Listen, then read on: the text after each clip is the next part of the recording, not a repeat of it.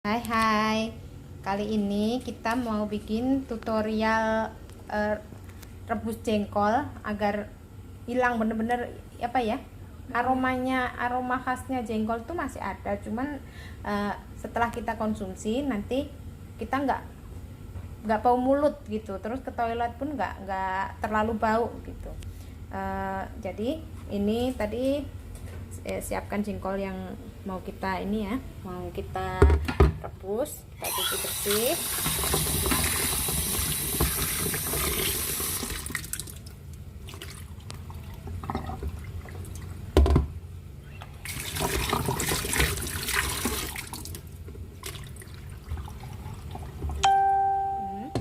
Terus kita siapkan rempahnya. Ini ada agak banyak ya, ini daun salam,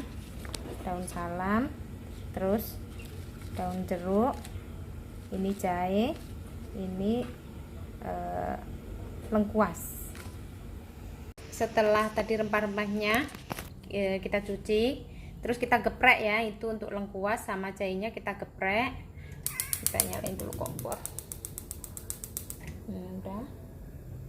Nah, habis itu kita masukkan jengkol, langsung aja lah sama airnya. Kita nanti masaknya pakai yang metode 5-30-7 ya, biar cepet.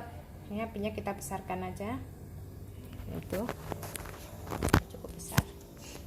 Nah, kita tunggu 5 menit, habis itu kita tutup 30 menit.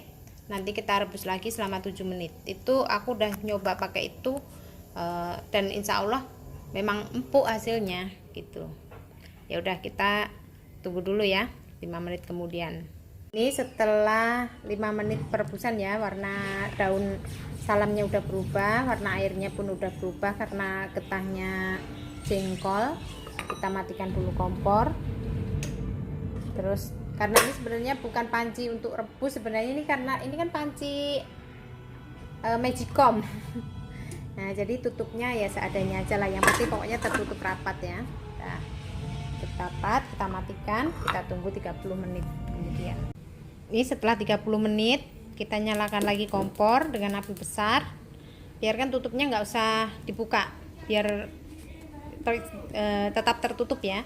Nanti kalau ini setelah 7 menit kita perebusan, kita matikan kompor, kita biarkan di pancinya itu sampai besok pagi, nggak usah dipindah-pindah tempat atau dibuang airnya, nggak usah. Jadi biarkan di situ dulu. Nanti kalau terus besok pagi kalau kita udah cuci bersih, udah dibuang airnya, nah itu siap untuk kita bikin rendang atau sambal jengkol atau masakan apa yang berbau-bau jengkol gitu. Nanti insya Allah baunya itu nggak menyengat. Udah gitu dulu tips dari saya, mudah-mudahan bermanfaat.